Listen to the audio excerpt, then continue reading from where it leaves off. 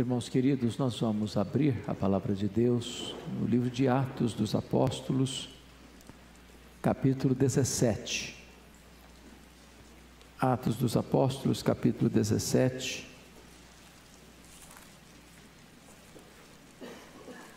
E faremos a leitura a partir do verso 16.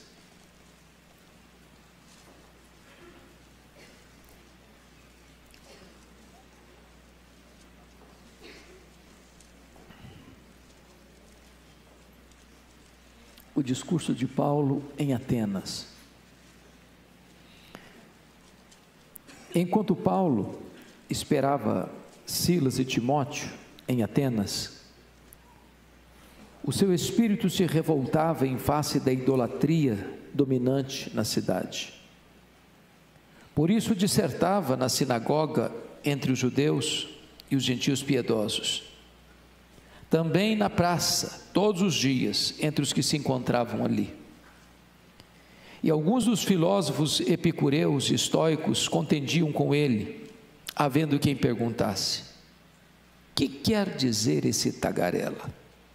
E outros: parece pregador de estranhos deuses, pois pregava a Jesus e a ressurreição.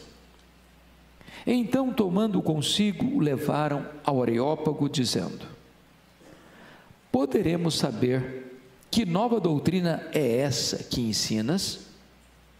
Posto que nos trazes aos ouvidos coisas estranhas, queremos saber o que vinha a ser isso. Pois todos os de Atenas e os estrangeiros residentes de outra coisa não cuidavam, senão dizer ou ouvir as últimas novidades.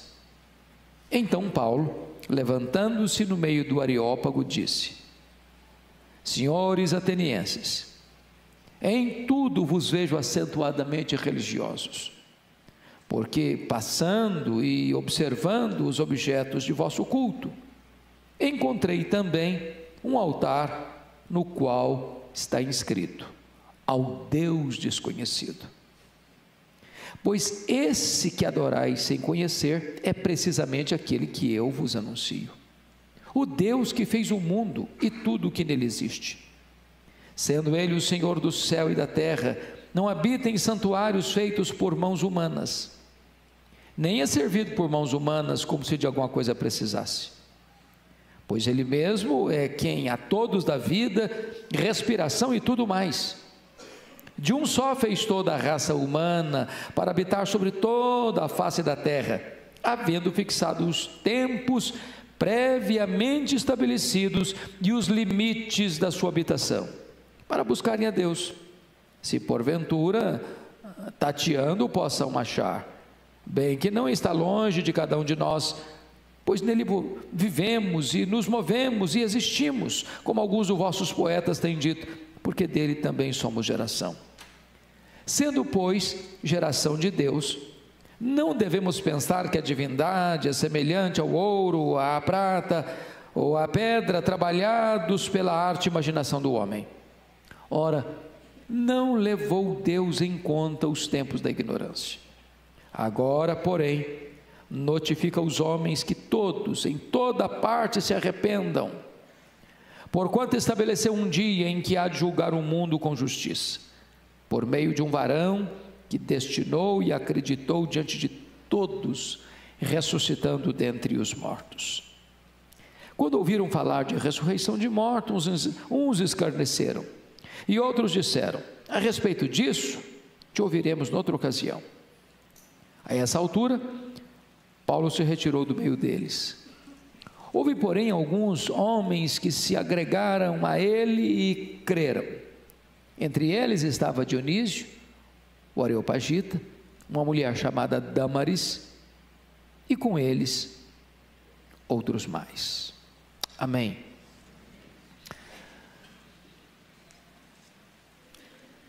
O apóstolo Paulo, o que nós chamamos de o maior bandeirante do cristianismo,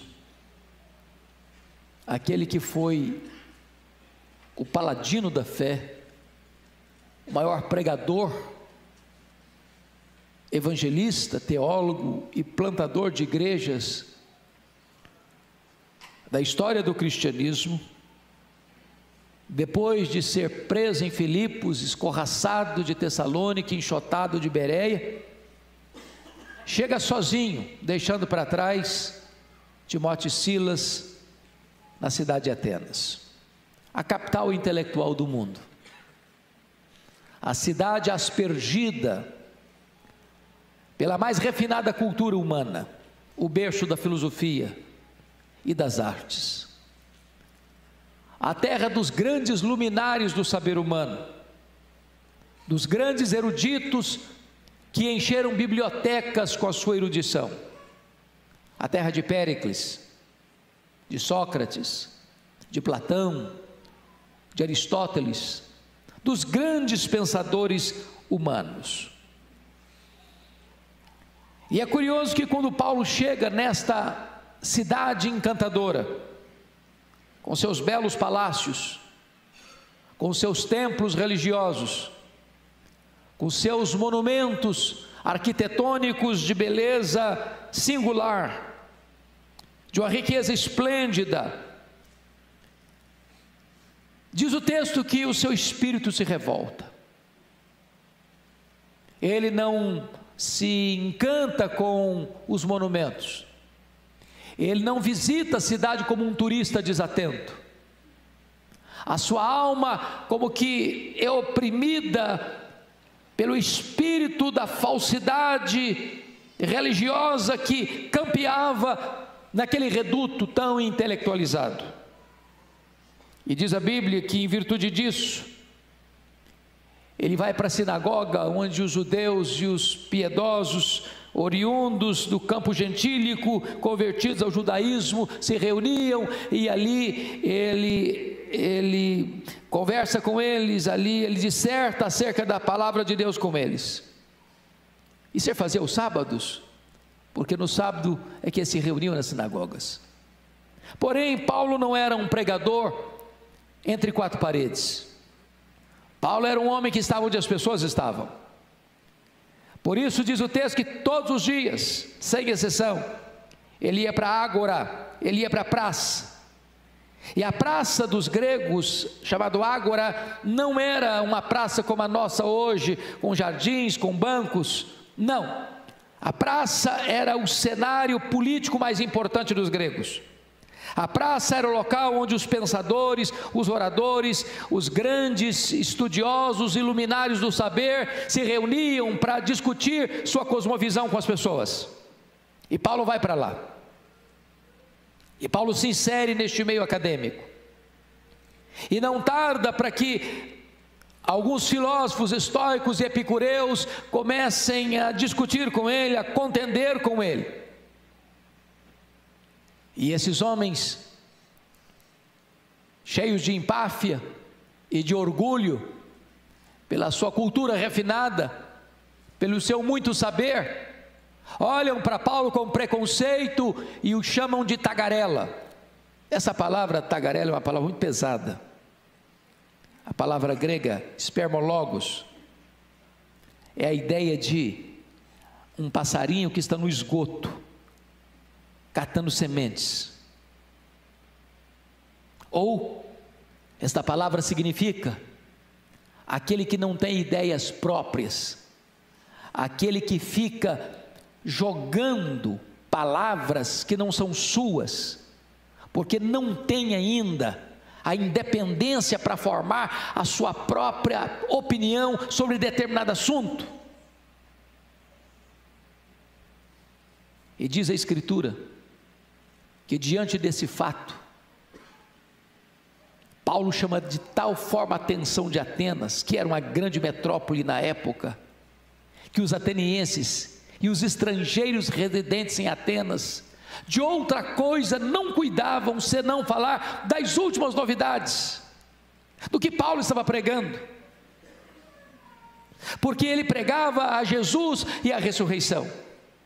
Então, mesmo numa cultura politeísta, com tantos deuses, para eles Paulo estava pregando outras duas divindades que eles não conheciam, Jesus e a ressurreição, como se fosse uma divindade masculina e uma divindade feminina. E então levam Paulo ao tribunal dos judeus, ao tribunal dos gregos, o Areópago. Era mais do que um espaço físico, era mais do que uma geografia da cidade, era o local onde as grandes questões eram tratadas pelas autoridades constituídas daquela cidade. Paulo é levado ali para ser interrogado, para ser interpelado. E quando ele chega naquele seleto ambiente, Paulo é extremamente estratégico, porque seu espírito estava revoltado por causa da idolatria. Mas ele abre um dos mais sublimes discursos registrados na Bíblia, de uma maneira extremamente sensível, estratégica e sábia. E ele dirige-se assim: senhores atenienses, em tudo eu vos vejo acentuadamente religiosos. Imaginem vocês se Paulo tivesse se dirigido assim: senhores atenienses, tão sábios que são, mas mergulhados num caudal de idolatria. Talvez ele poderia ter fechado a porta da comunicação. E ele dizendo: passando por Atenas e observando os objetos do vosso culto. Paulo não é um turista, ele passa e não apenas vê, ele passa e observa. Às vezes nós andamos pela cidade, irmãos, e nós olhamos, e nós tiramos fotos, e nós observamos a beleza dos monumentos, mas nós não observamos o que está por trás dos monumentos, o que está por trás da cultura, o que está por trás da religiosidade de um povo. Ele disse: eu vi um altar dedicado ao Deus desconhecido.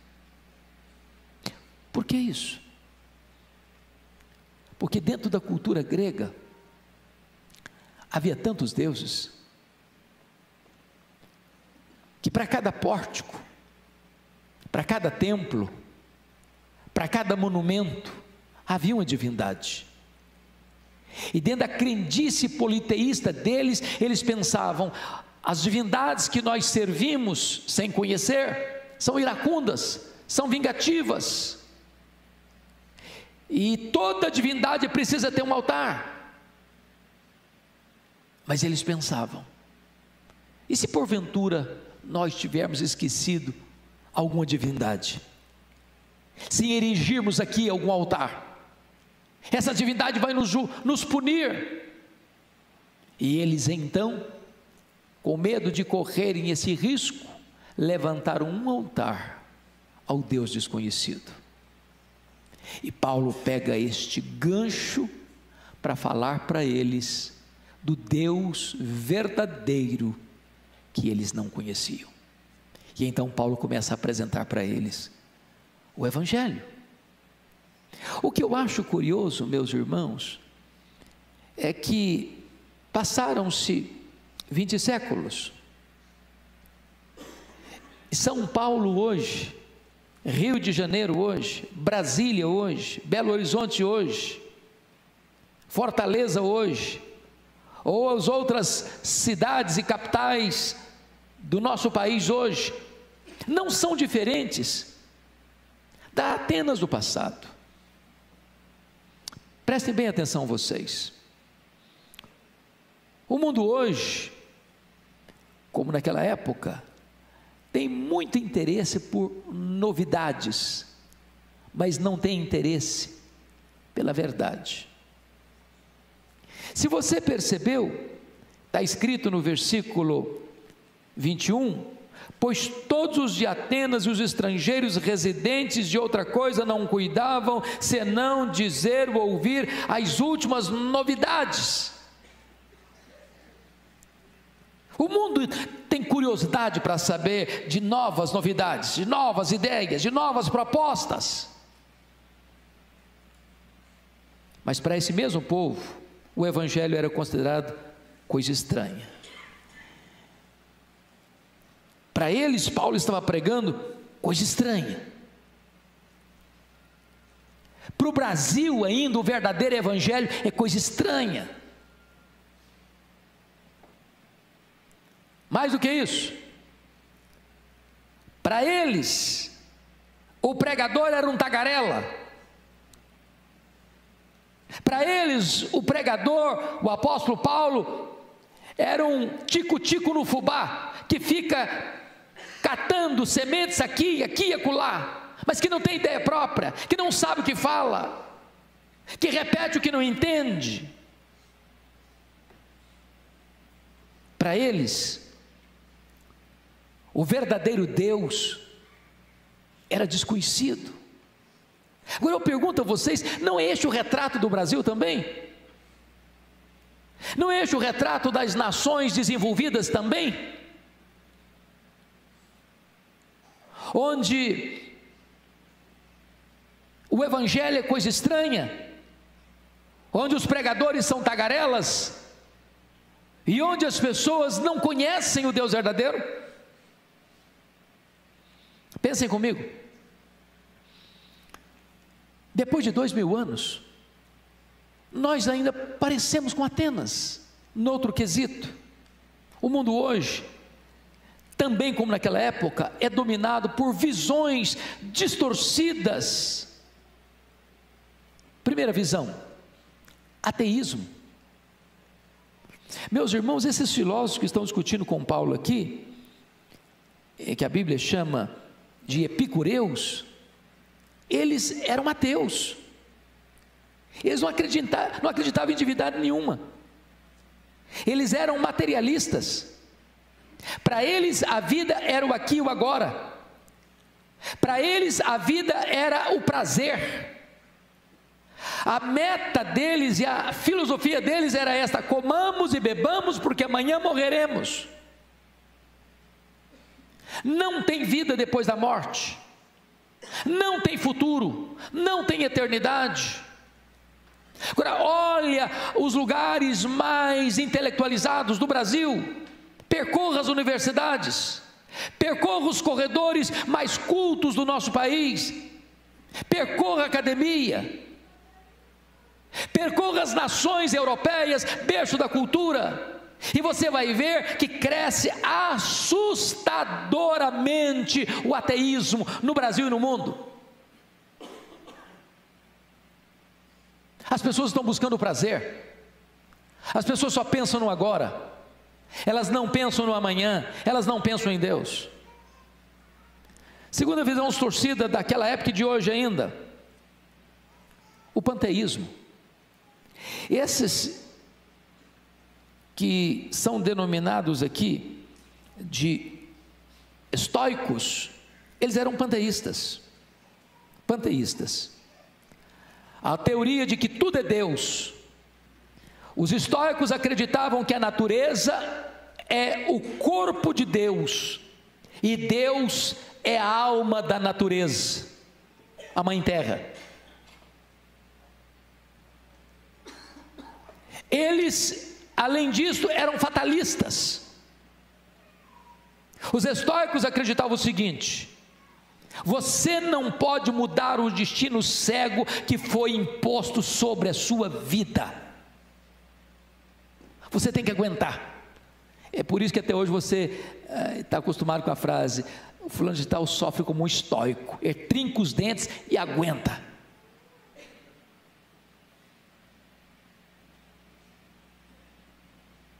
A filosofia dos estoicos era a filosofia de Gabriela, cravo e canela. Eu nasci assim, eu cresci assim, eu vou morrer assim.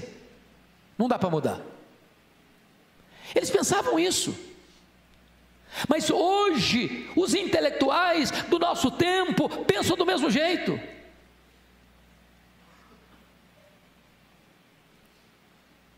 Pense comigo, como lá ainda hoje, eles eram politeístas.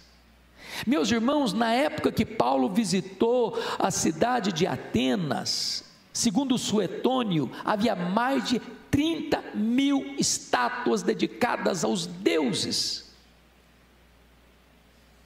Isso levou Xenofonte a dizer que a cidade inteira de Atenas era um altar. Isso levou Plínio a afirmar que era mais fácil você encontrar um Deus em Atenas do que um homem.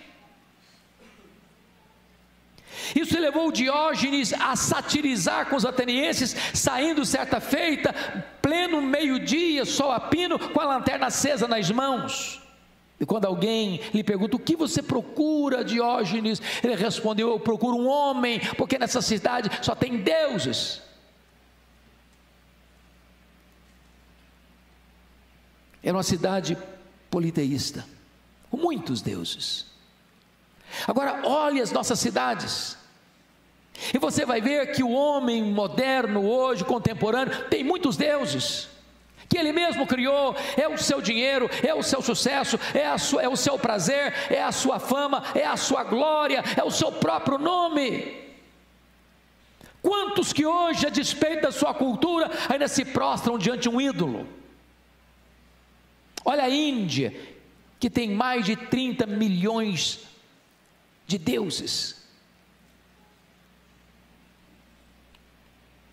Pois bem, queridos, é nessa conjuntura que Paulo pregou, e é nessa conjuntura que você e eu vivemos, é que Paulo então vai falar sobre o Deus que eles adoravam sem conhecer, o Deus desconhecido.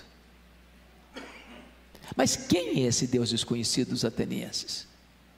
Então, notem comigo que Paulo começa o seu discurso a partir do verso 23, dizendo o seguinte: pois esse que adorais sem conhecer é precisamente aquele que eu vos anuncio. Vocês conhecem muitos deuses. Eu vejo vocês como um povo acentuadamente religioso. O que faltava em Atenas não era religião, tinha demais. O que faltava em Atenas era o conhecimento do verdadeiro Deus.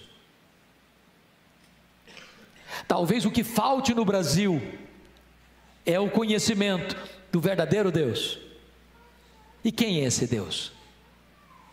E Paulo responde: em primeiro lugar, Ele é o Deus Criador. Confira comigo, por gentileza, o que ele vai expressar para nós aí no versículo de número 24. O Deus que fez o mundo e tudo o que nele existe. Amados irmãos, eu acho maravilhoso isso, porque já naquela época de Paulo, já havia pessoas que pensavam na questão de outras explicações para a origem do universo, que não a criação. Vocês bem sabem que os gregos não acreditavam na doutrina da criação. Vocês bem sabem que os gregos pensavam que a matéria era eterna. Vocês bem sabem que os gregos pensavam que a matéria sendo eterna, a matéria também era má, e o espírito era bom. Então eles não acreditavam na criação, porque eles entendiam que Deus devia ser bom, e se Deus é bom e a matéria é má, Deus bom não pode criar matéria má. Então eles diziam que o mundo surgiu de diversas emanações divinas, mas que a emanação que originou o universo não era Deus. E Paulo não tem nenhum problema de consciência, Paulo não tem nenhum problema intelectual para afirmar na terra da intelectualidade, que não acreditava na doutrina da criação, que Deus criou o mundo e tudo que nele existe. A matéria não é eterna, a matéria foi criada, e criada por Deus. Este mundo é feito de matéria e energia, e matéria e energia não criam a si mesmas. Este mundo é governado por leis, e leis não criam a si mesmas. Paulo está dizendo em Atenas que este mundo não surge espontaneamente, este mundo foi criado. Paulo está dizendo em Atenas que este mundo não é resultado de uma evolução de milhões e milhões de anos, esse mundo foi criado. Paulo está dizendo que este mundo não é fruto de uma explosão cósmica, este mundo foi criado, tudo foi criado por Deus.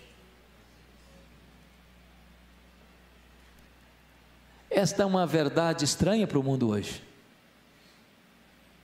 Quando você prega sobre isso, eles vão chamar você de tagarela. Mas seja Deus verdadeiro e mentiroso todo homem.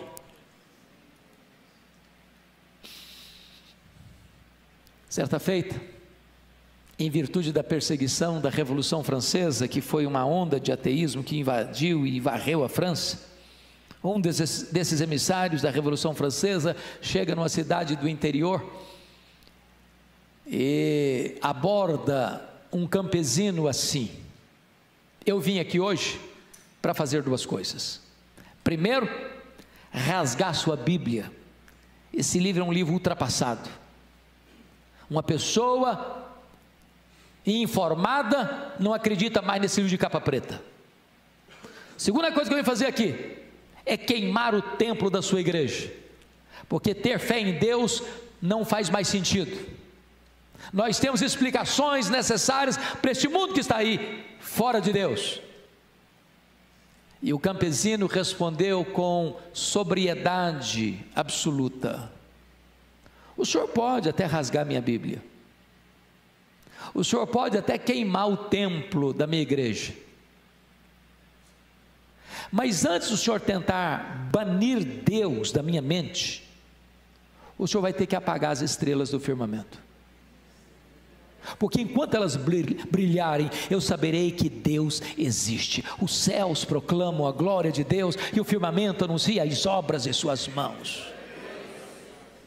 Irmãos, esta é uma verdade que precisa ser anunciada em alto e bom som nos nossos dias. Deus é o Criador de todas as coisas que existem. Você e eu não viemos do macaco, você e eu viemos das mãos do Deus Todo-Poderoso. Nós somos a imagem e semelhança do Deus Todo-Poderoso, o Criador dos céus e da terra. Segundo lugar, Paulo vai mostrar para nós que o Deus que os atenienses não conheciam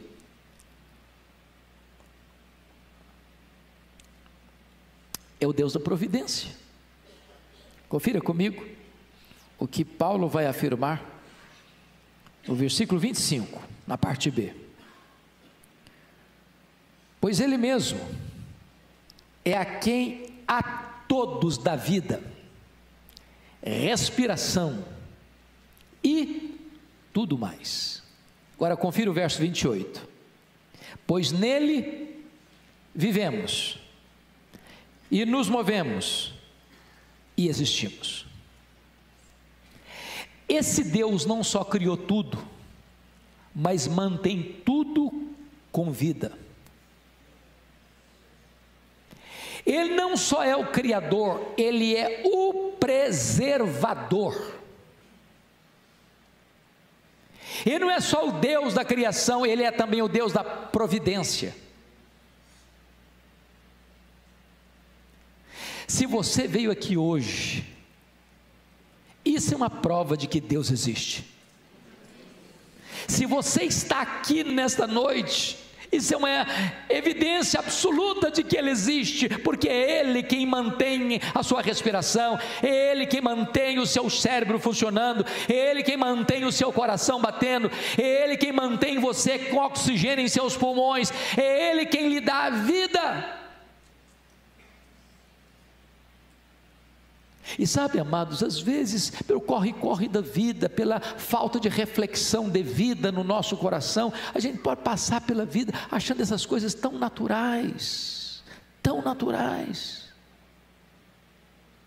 a ponto de você levantar-se de manhã e abrir a janela do seu quarto e a luz entrar, e você nem reconhecer que se você está vivo é porque Deus lhe preserva a vida.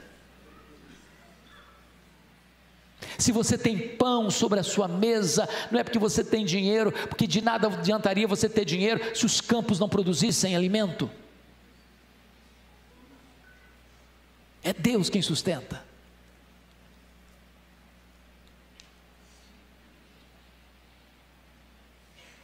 Mas, finalmente, Paulo vai dizer para os atenienses que o Deus que eles não conheciam é o Deus da salvação. Paulo pregava em Atenas a Jesus e a ressurreição. Eu acho curioso porque era outra coisa que eles não acreditavam. Os gregos não acreditavam em ressurreição. Para um grego, quando alguém morria, era como libertar a alma da prisão do corpo. Para um grego, ressurreição, voltar a alma para o corpo, era um retrocesso. Paulo se dirige aos epicureus que achavam comamos e bebamos porque amanhã morreremos e não tem mais nada. Ele está dizendo, tem sim, tem ressurreição. Tem sim, tem juízo final, tem sim, tem acerto de contas com Deus.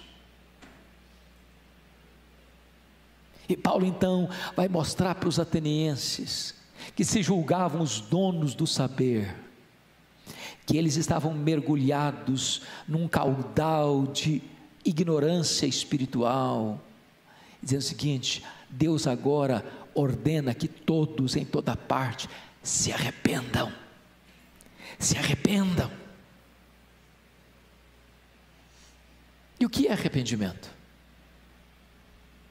Arrependimento tem 3 elementos fundamentais e nós precisamos entender isso. A palavra metanoia significa mudar de mente. Segundo, sentir tristeza segundo Deus. Terceiro, dar meia volta. Você está caminhando para cá, você agora caminha para cá. Você vira as costas para o pecado e se volta para Deus. Se não houver a convergência desses 3 elementos, razão, emoção e volição ou vontade, não teve arrependimento. Eu ilustro. Pensem comigo na diferença entre Judas Iscariotes e Pedro. Judas traiu, Pedro negou. Judas conseguiu dar 2 passos dos elementos do arrependimento. Ele reconheceu que estava errado, declarou que estava errado, trair sangue inocente. Ele sentiu tristeza, ele devolveu o dinheiro, ele não quis saber daquele dinheiro mais, mas ele não completou o ciclo do arrependimento, ele não deu o último passo do arrependimento, que é voltar-se para Deus. O resultado foi o suicídio. Isso é remorso. Pedro reconheceu o seu erro, sentiu tristeza pelo seu erro, mas ele voltou-se para Jesus, ele fechou o ciclo do arrependimento, foi perdoado e foi restaurado. Talvez você pergunte, mas de que devo me arrepender? Não apenas daquilo que você faz, mas de quem você é. A Bíblia diz que todos pecaram e destituídos estão da glória de Deus. O melhor de nós aqui, com as suas justiças mais belas aos olhos dos homens, não consegue, o melhor de nós não consegue o favor de Deus pelos seus próprios méritos, porque as nossas justiças não passam de trapos de imundícia aos olhos dele. É preciso que você se arrependa. A grande manchete do Evangelho é: arrependei-vos. Esta foi a mensagem dos profetas, esta foi a mensagem de João Batista, esta foi a mensagem de Cristo, esta foi a mensagem dos apóstolos, esta é a mensagem da igreja: arrependei-vos. Mas por que arrepender-se? Porque o texto diz, porque haverá um dia de juízo. Esse dia já está determinado, o juiz já está escalado, e todos nós vamos ter que comparecer lá. E a não ser que você se volte para Cristo e creia nele, não haverá a mínima chance ou a menor esperança de você ser perdoado e salvo.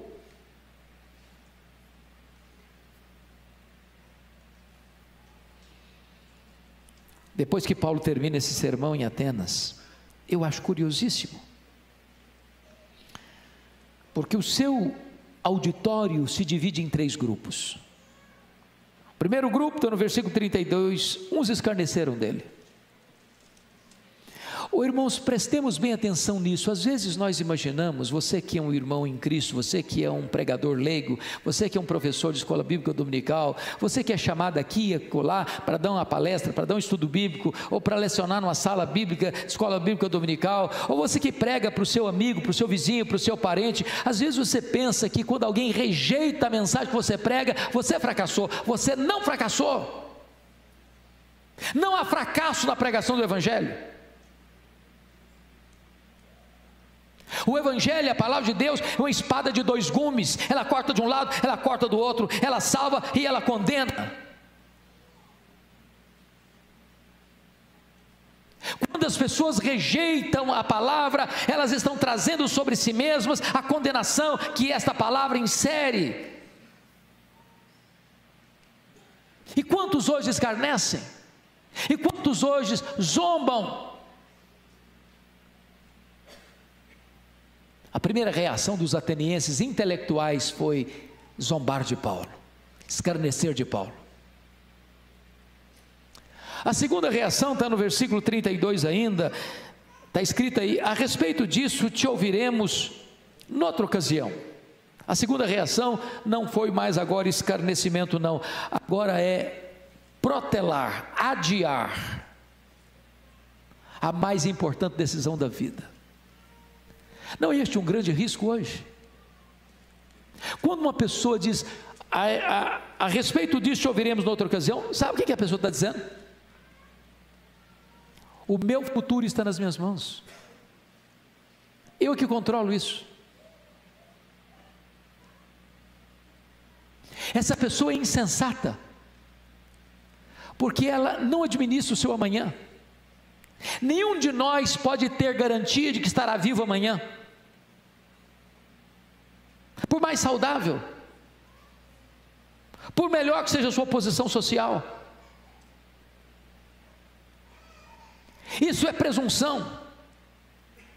É por isso que Tiago diz, você nunca deve dizer o seguinte: amanhã nós iremos, amanhã nós viajaremos, amanhã nós negociaremos, amanhã nós teremos lucro. Se Deus quiser você viaja, se Deus quiser você vai, se Deus quiser você negocia, se Deus quiser você ganha dinheiro, se Deus quiser você realiza seus projetos, mas se Deus quiser, se Ele não quiser, Ele fecha a torneira do oxigênio e você cai morto. Sua vida está nas mãos de Deus. Mas louvado seja o Senhor. Confira comigo o versículo 34. Houve uma última reação. Está escrito no verso 34: houve, porém, alguns homens que se agregaram a ele e creram. Louvado seja Deus.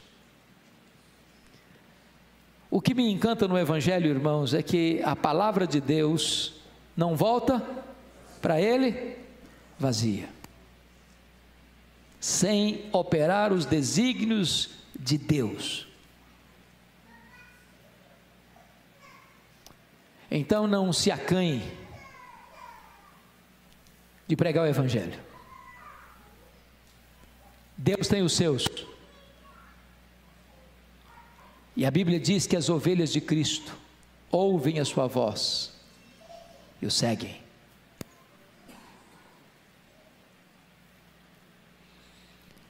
Eu não sei como é que você entrou aqui hoje. Pressuponho que todos que entraram aqui já são irmãos em Cristo, mas eu não sei, só Deus sabe. Só Deus sonda os corações.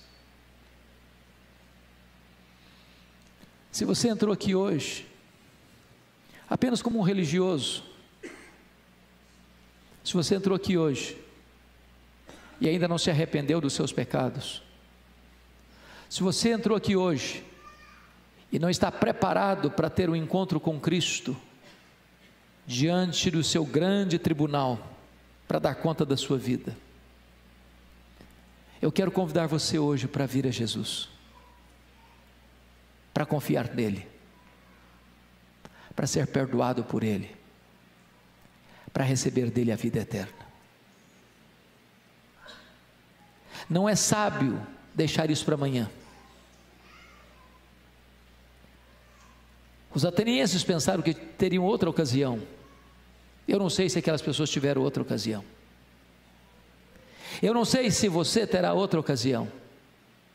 Por isso, hoje é o dia da salvação. Hoje é o dia oportuno. Nós vamos orar. Curva sua fronte, por favor.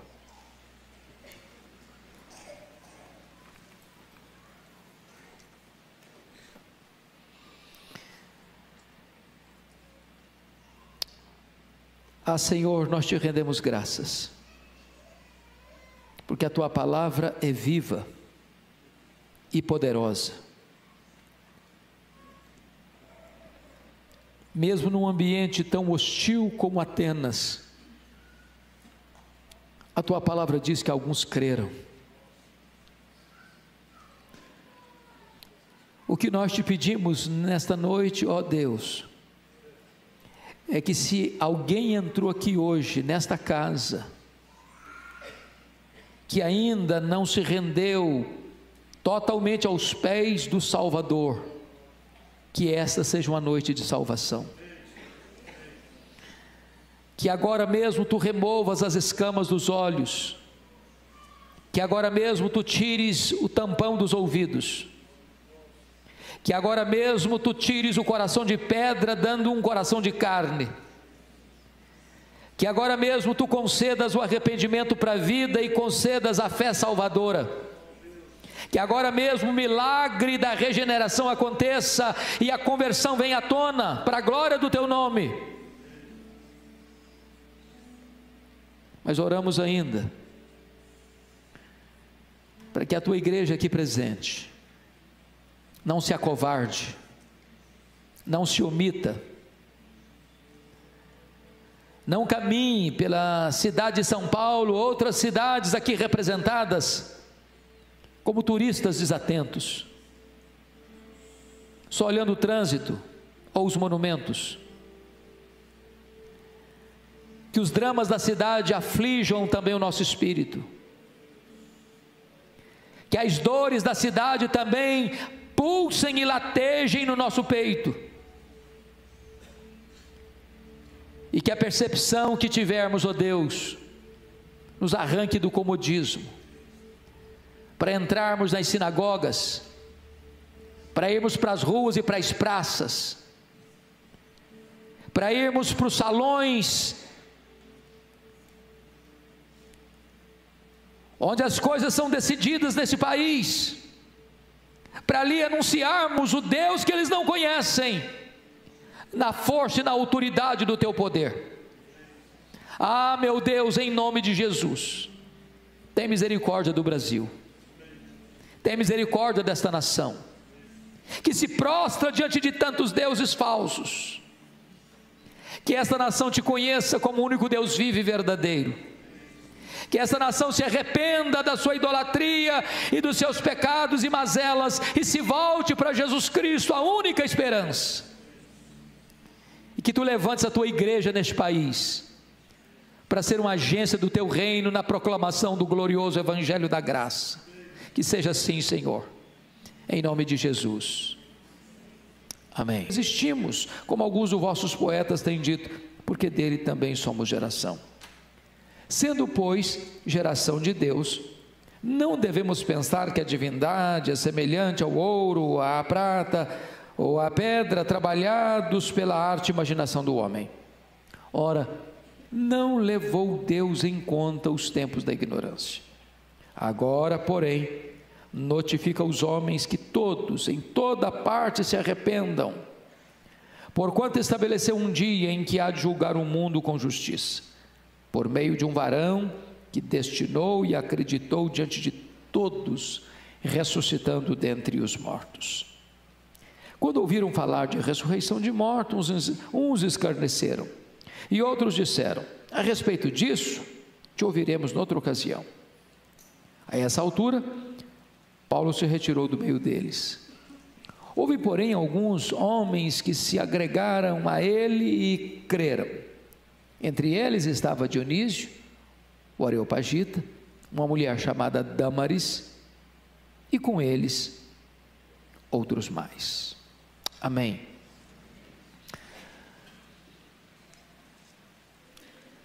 O apóstolo Paulo, o que nós chamamos de o maior bandeirante do cristianismo, aquele que foi o paladino da fé, o maior pregador, evangelista, teólogo e plantador de igrejas da história do cristianismo, depois de ser preso em Filipos, escorraçado de Tessalônica, enxotado de Bereia, chega sozinho, deixando para trás Timóteo e Silas, na cidade de Atenas, a capital intelectual do mundo, a cidade aspergida pela mais refinada cultura humana, o berço da filosofia e das artes, a terra dos grandes luminares do saber humano, dos grandes eruditos que encheram bibliotecas com a sua erudição, a terra de Péricles, de Sócrates, de Platão, de Aristóteles, dos grandes pensadores humanos. E é curioso que quando Paulo chega nesta cidade encantadora, com seus belos palácios, com seus templos religiosos, com seus monumentos arquitetônicos de beleza singular, de uma riqueza esplêndida, diz o texto que o seu espírito se revolta. Ele não se encanta com os monumentos, ele não visita a cidade como um turista desatento. A sua alma como que é oprimida pelo espírito da falsidade religiosa que campeava naquele reduto tão intelectualizado. E diz a Bíblia que, em virtude disso, ele vai para a sinagoga onde os judeus e os piedosos, oriundos do campo gentílico, convertidos ao judaísmo, se reuniam, e ali ele conversa com eles, ali ele disserta acerca da palavra de Deus com eles. Isso é fazer os sábados, porque no sábado é que eles se reuniam nas sinagogas. Porém, Paulo não era um pregador entre quatro paredes. Paulo era um homem que estava onde as pessoas estavam. Por isso diz o texto que todos os dias, sem exceção, ele ia para a ágora, ele ia para a praça. E a praça dos gregos, chamado ágora, não era uma praça como a nossa hoje, com jardins, com bancos. Não, a praça era o cenário político mais importante dos gregos. A praça era o local onde os pensadores, os oradores, os grandes estudiosos e luminares do saber se reuniam para discutir sua cosmovisão com as pessoas. E Paulo vai para lá. E Paulo se insere neste meio acadêmico.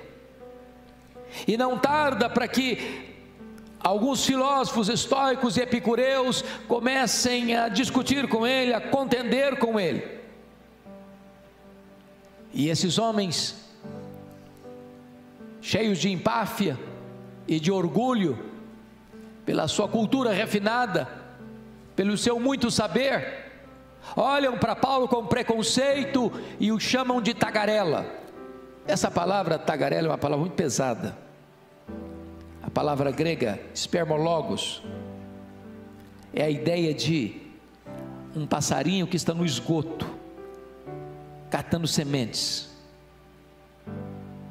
Ou, esta palavra significa aquele que não tem ideias próprias, aquele que fica jogando palavras que não são suas, porque não tem ainda a independência para formar a sua própria opinião sobre determinado assunto. E diz a Escritura que diante desse fato, Paulo chama de tal forma a atenção de Atenas, que era uma grande metrópole na época, que os atenienses e os estrangeiros residentes em Atenas de outra coisa não cuidavam senão falar das últimas novidades do que Paulo estava pregando, porque ele pregava a Jesus e a ressurreição.